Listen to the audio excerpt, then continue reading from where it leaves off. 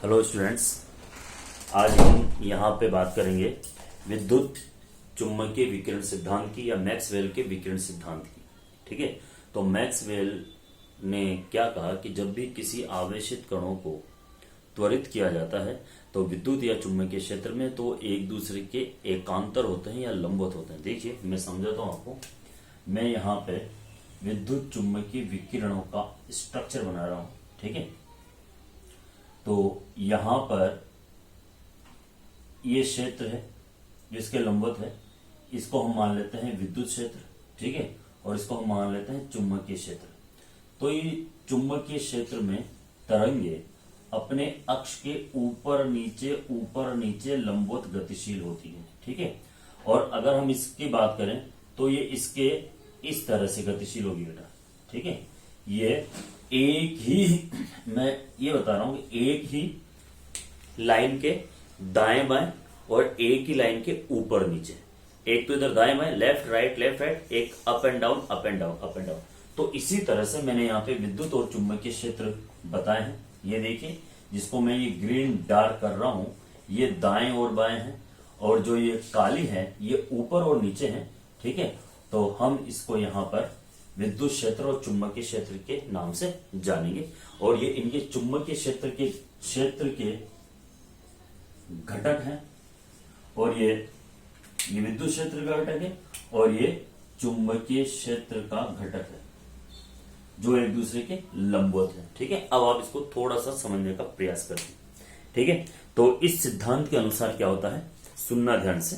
ठीक है, Maxwell Planck के अनुसार जब विद्युत आवेशित कणों को त्वरित किया जाता है और इन पर एकांतर विद्युत व चुंबकीय क्षेत्र विद्युत और चुंबकीय क्षेत्र उत्पन्न होते हैं, जो विद्युत या एवं चुंबकीय क्षेत्र तरंगों के रूप में, वेव्स के रूप में संचालित होते हैं।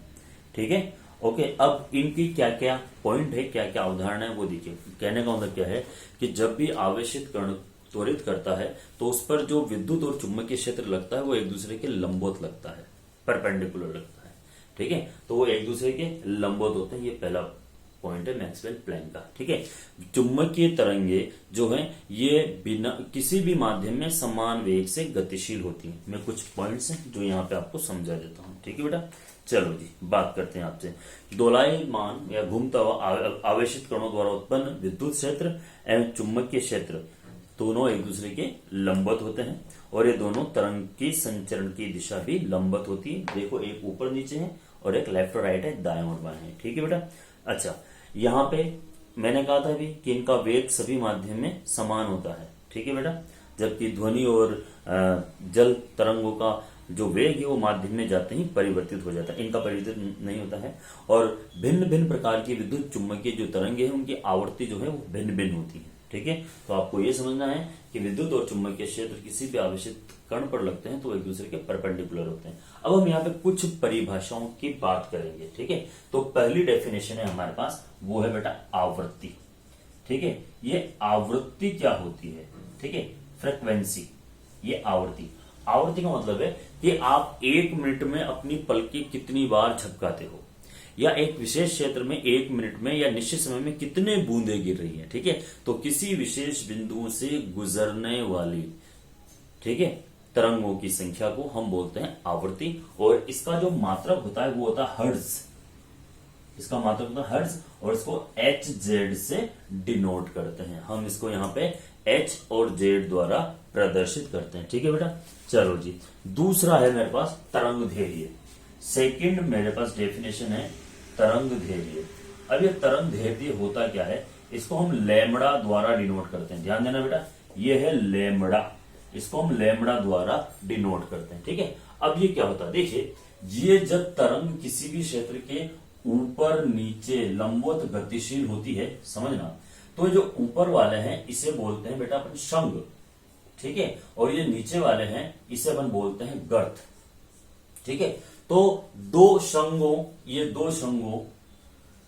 या दो गर्तों के बीच की दूरी जो है उसे हम क्या बोलते हैं, बेटा लैम्बडा कहते हैं। ठीक है, दो शंग या दो गर्तों के मध्य की जो दूरी है उसे हम क्या बोलते हैं, तरंग धैर्य। और तरंग धैर्य का जो मेजर है वो है एंगस्ट्रॉम। इसे ए डिग्री द्वारा प्रदर्शित करते हैं, इसे एंगस्ट्रॉम इसकी यूनिट है, ठीक है। और अंगस्ट्रॉम को आर्मस्ट्रॉम बोलता है, लेकिन क्या अंगस्ट्रॉम है ये। और एक अंगस्ट्रॉम बराबर होता है 10⁻⁻10 मीटर, ठीक है। तो ये भी आपको याद रखना कि तरंग धैर्य होती है। चलो जी, नेक्स्ट है हमारे पास यहां पर, नेक्स्ट है मेरे पास यहां पर वेलोसिटी, ठीक है। वेलोसिटी हम जानते हैं, ठीक है। तो वेलोसिटी क्या होती है, ये तीसरा है प्रकाश का वेग या वेलोसिटी। देखो आपको पता है क्या होता है, आप जानते हो कि म्यू बराबर होता है c/λ, ठीक है। तो c होता है प्रकाश का वेग। प्रकाश का वेग क्या होता है, आवर्ती और तरंग धैर्य का जो गुणा है उसे हम क्या बोलते हैं बेटा, वेग। प्रकाश का वेग, वेग नहीं, प्रकाश का वेग या तरंग का वेग, क्योंकि तरंग जो है वो फोटोन के रूप में होती है, ये भी हमने पहले पढ़ लिया था। चलो जी, इसके बाद जो और डेफिनेशन है बेटा मेरे पास वो है आयाम। आयाम क्या होता है, किसी भी शृंग या गर्त की अधिकतम दूरी, ये कितनी गहराई में है, मतलब कितनी ऊंचाई में होगा या कितनी गहराई में होगा, उसे हम क्या बोलते हैं, आयाम बोलते हैं, ठीक है। आयाम को ऐसे डिनोट करते हैं, किसी भी शृंग या गर्त की अधिकतम दूरी है उसे हम आयाम बोलते हैं। और नेक्स्ट है तरंग संख्या, ये 4th पॉइंट था बेटा, 5वां तरंग संख्या। तरंग संख्या को हम यहाँ पे म्यू बार से डिनोट करते हैं बेटा, म्यू बार से डिनोट करते हैं। तो तरंग संख्या क्या होती है, तरंग धैर्य का व्युत्क्रम, तरंग धैर्य लैम्बडा है, तरंग धैर्य का व्युत्क्रम तरंग संख्या कहलाती है, ठीक है। म्यू बार से हम इसको डिनोट करते हैं, ठीक है बेटा। अब देखो हम इसके अंदर और चीज यहां पे बता देते हैं। जब हम प्रकाश की किरणों को, है ना, या किसी भी माध्यम से आई हुई किरणों को निकोल प्रिज्म में से गुजारते हैं, ठीक है, तो हमें यहाँ पे जो दृश्य क्षेत्र है, दृश्य क्षेत्र के अंदर हमें यहाँ पे 7 रंग दिखाई देते हैं। देखो बेटा, आपको जो दिखाई देता है वो दृश्य क्षेत्र में होता है, जो दिखाई नहीं देता है वो दृश्य क्षेत्र में नहीं होता है। सामने देखना, आपको रेडियो की किरणें आती हुई दिखाई देती, नहीं दिखाई देती, क्योंकि वो दृश्य क्षेत्र में नहीं होती है। आपको अवरक्त लाल किरणें, इंफ्रारेड दिखाई देती है, नहीं दिखाई देती, क्योंकि वो दृश्य क्षेत्र में नहीं होती। जब हम एक्सरे करवाने जाते हैं डॉक्टर के पास या पैथोलॉजी लैब के अंदर, तो एक्स किरणें दिखाई देती है, नहीं दिखाई देती, क्योंकि वो दृश्य क्षेत्र में नहीं आती है, ठीक है। तो कुछ किरणें हैं जो दृश्य क्षेत्र में आती है, वही हमें इंद्रधनुष के रूप में दिखाई देती है। तो जब हम यहाँ पे रेखाओं के समूह को, ठीक है, जब निकोल प्रिज्म में से गुजारते हैं, तो यहां पर ये हमें 7 रंग के रूप में दिखाई देती है, जिनकी अलग अलग वेवलेंथ होती है। और हम इसे याद करते हैं बेटा, विबग्योर, ये विबग्योर, ये 7 रंग हैं इंद्रधनुष के, जिनकी अलग अलग वेवलेंथ होती है। और ये वेवलेंथ आप अलग अलग बुक में अलग अलग पढ़ोगे, ठीक है। तो ये वेवलेंथ हम मानते हैं लगभग 3800 अंगस्ट्रोम से लेकर लगभग 7600 या 7800 अंगस्ट्रोम के बीच में, ठीक है। ये लैम्बडा क्या है, इसकी वेवलेंथ, तरंग धैर्य। सबसे ज्यादा तरंग धैर्य होती है लाल रंग की, ठीक है। तो अभी हमने ये पढ़ा था म्यू बराबर क्या होता है, c/λ। देखो बेटा, जिसकी तरंग धैर्य ज्यादा होगी उसकी आवृत्ति कम होगी, ठीक है, और जिसकी आवृत्ति ज्यादा होगी उसकी तरंग धैर्य कम होगी, ठीक है। तो सबसे ज्यादा वेवलेंथ होती है लाल रंग की और सबसे कम वेवलेंथ होती है वायलेट बैंगनी रंग की, ठीक है बेटा। ये दोनों चीजें आपको यहाँ पे समझ में आना चाहिए। तो मैक्सवेल ने जो अपना विकिरण सिद्धांत दिया था, उसने यही बात बोली थी कि जब भी कोई आवेशित कण दोलायमान होता है विद्युत या चुंबकीय क्षेत्र में, तो उनका जो क्षेत्र होता है वो एक दूसरे के परपेंडिकुलर या लंबवत होता है। उनके संचरण की जो दिशा है वो भी मैचुअली जो है परपेंडिकुलर होती है, मैं कहूं लंबवत होती है। ये दोनों चीजें आपको यहाँ पर समझ में आनी चाहिए, ठीक है। तो ये इसी तरह से हम इसको सीखते हैं और निकालते हैं। एक और यहाँ पे प्रकाश विद्युत प्रभाव, जो कि प्रकाश की या इलेक्ट्रॉन की कणीय प्रकृति की व्याख्या करता है, और ये मैक्सवेल का विकिरण सिद्धांत इसकी तरंगीय प्रकृति की व्याख्या करता है, ठीक है बेटा। अब आप यहाँ पे पढ़ेंगे हाइड्रोजन परमाणु का रेखीय स्पेक्ट्रम या उत्सर्जन स्पेक्ट्रम, ठीक है बेटा। हाइड्रोजन परमाणु का उत्सर्जन, चलो ये हमारा आगे का टॉपिक है, हाइड्रोजन परमाणु का स्पेक्ट्रम।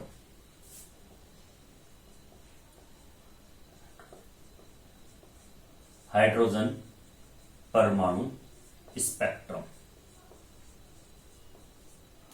हाइड्रोजन परमाणु स्पेक्ट्रम। देखिए बेटा, हाइड्रोजन परमाणु स्पेक्ट्रम, स्पेक्ट्रम जो है ये दो प्रकार का होता है, एक तो उत्सर्जन स्पेक्ट्रम, एक अवशोषण स्पेक्ट्रम। ठीक है, जब भी कोई इलेक्ट्रॉन निम्न ऊर्जा स्तर से उच्च ऊर्जा स्तर में जाता है तो वो ऊर्जा का अवशोषण करता है, और जब वो उच्च ऊर्जा स्तर से निम्न ऊर्जा स्तर में आता है तो ऊर्जा का उत्सर्जन करता है। निम्न से उच्च में जाता है तो वो ऊर्जा का अवशोषण करेगा, और उच्च से निम्न में आएगा तो ऊर्जा का उत्सर्जन करता है। और उत्सर्जन स्पेक्ट्रम जो है, आप मैंने बताया था रेखाओं का समूह या बंडल होता है, ये मैंने आपको समझाया था। और जो उत्सर्जन स्पेक्ट्रम है ये दो प्रकार का होता है, एक रेखीय स्पेक्ट्रम, ठीक है, और एक सतत स्पेक्ट्रम। तो हम यहाँ पे केवल एक ही प्रकार की यहाँ पे बात करेंगे, रेखीय स्पेक्ट्रम की, क्योंकि वो सतत कॉन्टिन्यूस को नहीं समझा पाया था। ठीक है, तो हम यहाँ पे बात करेंगे सतत स्पेक्ट्रम, सॉरी रेखीय स्पेक्ट्रम की। ठीक है, तो जब भी कोई इलेक्ट्रॉन उच्च ऊर्जा स्तर से निम्न ऊर्जा स्तर में आता है तो वो ऊर्जा का उत्सर्जन करता है। ठीक है, तो हम यहाँ पे उस इलेक्ट्रॉन की ऊर्जा निकालते हैं, डेल्टा E बराबर E2 माइनस E1। ठीक है, देखो बेटा मैं इसको आपको डीप में लेके नहीं जाऊंगा। जब अगर हमें यहाँ पे ये निकालना है इसकी तरंग संख्या या तरंग धैर्य, ठीक है, जो भी अगर हमें यहाँ पे निकालना है तो हम सीधा फॉर्मूला अप्लाई कर सकते हैं, म्यू बार इक्वल्स टू रीडबर्ग नियतांक होता है आर जेड, रीडबर्ग नियतांक 1/n1 square minus 1/n2 square. ठीक है, ये आप यहां पे लिख सकते हो।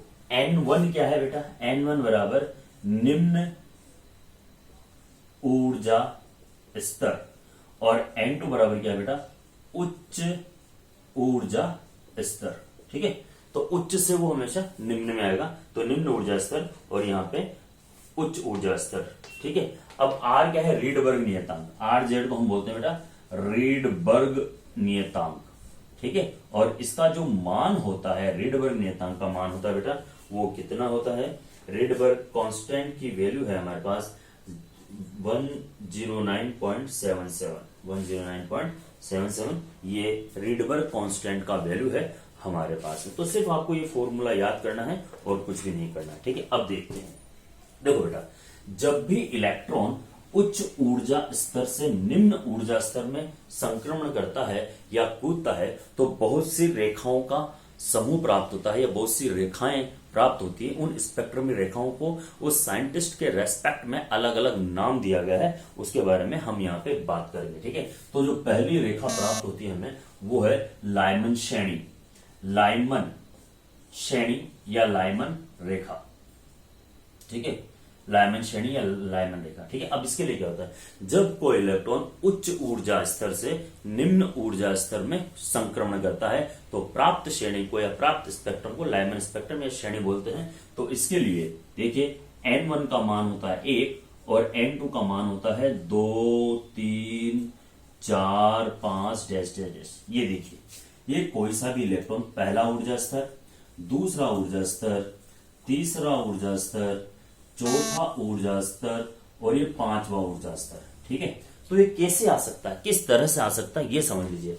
ये डायरेक्ट ये 1 2 3 4 5 5 में से सीधा पहले में आ जाए, या फिर 5 में से पहले चौथे में आएगा, चौथे से तीसरे में आएगा, तीसरे से दूसरे में आएगा, दूसरे से पहले में आएगा। किसी भी प्रकार से आ सकता है, कहीं से भी ये संक्रमण कर सकता है। तो यहाँ पे n1 का मान 1 है और n2 का मान है 2 3 4। ठीक है, और ये हमें पाई जाती है पराबैंगनी क्षेत्र में। किसमें पाई जाती है, पराबैंगनी क्षेत्र में ये मिलती है। ठीक है बेटा, दूसरी जो मेरे पास श्रेणी है वो है बामर श्रेणी, इसे हम बोलते हैं बामर श्रेणी।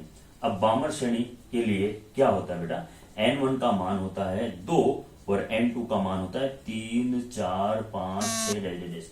तो हम इसको कैसे यहाँ पे बोलेंगे कि जब कोई इलेक्ट्रॉन उच्च ऊर्जा स्तर से दूसरे ऊर्जा स्तर में संक्रमण करता है या कूदता है तो प्राप्त रेखाओं के बंडल को या समूह को या श्रेणी को बामर श्रेणी कहते हैं। ठीक है, और ये पाई जाती है यहाँ हमारे पास दृश्य क्षेत्र में। किसमें पाई जाती है बेटा, ये दृश्य क्षेत्र में पाई जाती है। ठीक है, चलो जी, तीसरा है मेरे पास यहाँ पर पाश्चन श्रेणी।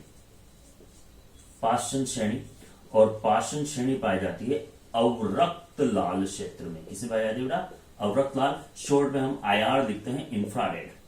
ठीक है, इसके लिए क्या होगा बेटा, N1 का मान होता है 3 और N2 का मान होता है 4, 5, 6। तो क्या लिख सकते हैं अपन, जब कोई इलेक्ट्रॉन उच्च ऊर्जा स्तर से तीसरे ऊर्जा स्तर में संक्रमण करता है, उच्च ऊर्जा स्तर 4, 5, 6, जो मैंने भी ऊर्जा का फॉर्मूला लिखा था, है ना, या तरंग संख्या का फॉर्मूला जो लिखा था, उसमें आपको N1 का 1/N1 square minus 1/N2 square, तो यह किस श्रेणी की बात कर रहे हैं वो वैल्यू पुट करते हैं। ठीक है बेटा, चलो जी।